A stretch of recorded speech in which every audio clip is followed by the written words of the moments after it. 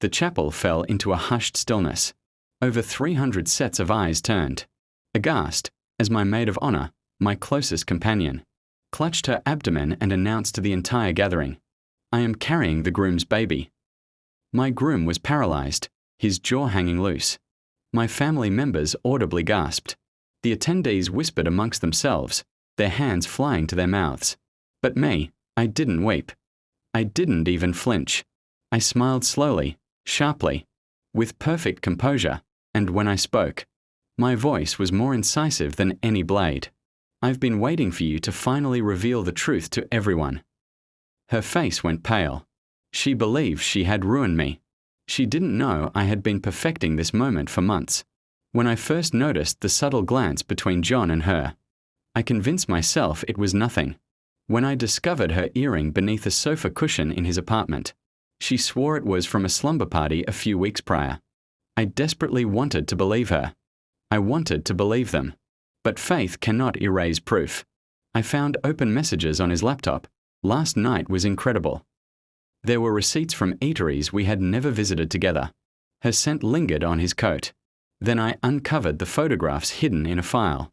He thought was buried. Too deeply. Her in his bed. Her grin pressed against his chest. That evening, my heart shattered, but my face remained calm.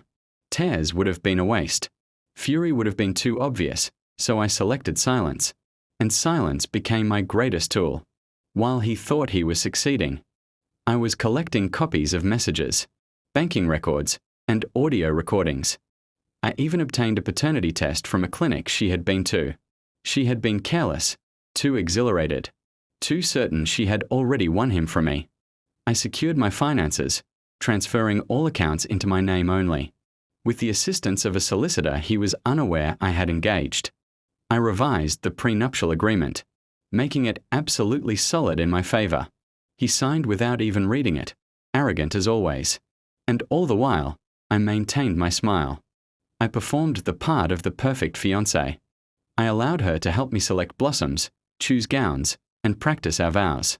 She believed she was mocking me behind my back, but in reality, I was preparing the stage for her downfall. The atmosphere was dense with the fragrance of roses and the sound of organ music. Cameras flashed. My relatives filled the benches. His relatives, too. A crowd of old money, with polished expressions and judgmental glares. He looked conceited beside me, confident he had fooled me completely. She looked dazzling in her maid of honor dress, holding her secret like an explosive she couldn't wait to detonate. And when the officiant inquired if anyone knew of any reason why these two should not be joined in matrimony, she pulled the pin. Her pronouncement tore the room apart. It was the perfect scandal. But she hadn't anticipated my smile. I turned to the attendees, my voice steady and authoritative. "Yes, she's telling the truth. They've been intimate for over a year." Gasps erupted once more. My groom stammered, trying to reach for me. "It's not." I cut him off. "It is, and I have proof." From beneath my posy of flowers, I produced the file I had prepared. Photos, messages, receipts. I held them high, then handed them to the officiant, who perused them, silently before his lips tightened with contempt. I wasn't finished. I turned to her, my closest friend. "Congratulations," I said frostily. "But since you're carrying his child, you should know he signed a prenuptial agreement. He receives nothing if we file for divorce because of infidelity. Not a cent. Which means when you thought you were climbing into wealth, you were just crawling into debt." Her mouth dropped open. My words resonated like a final judgment. I then faced John. "And John, you should be aware that I have already withdrawn every penny from the joint account, every asset, every investment. You possess nothing but disgrace."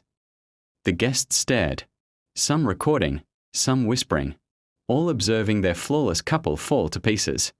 I removed my ring, letting it drop with a metallic clatter onto the marble floor of the chapel.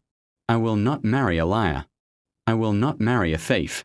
But thank you for showing me who you are before the vows." I turned to the assembly, my relatives, my companions. "Please stay, eat, drink, and celebrate. Just not a wedding." Consider it a farewell gathering instead. With that, I proceeded down the aisle, my veil trailing like mist behind me, the chamber exploding into pandemonium. They tried to pursue me. He called out, she pleaded. Their flawless scheme had turned to dust. He lost his wealth and his reputation. She gained nothing but contempt and a child tied to a ruined man. And I walked away with my head held high, unharmed, unstained, and liberated.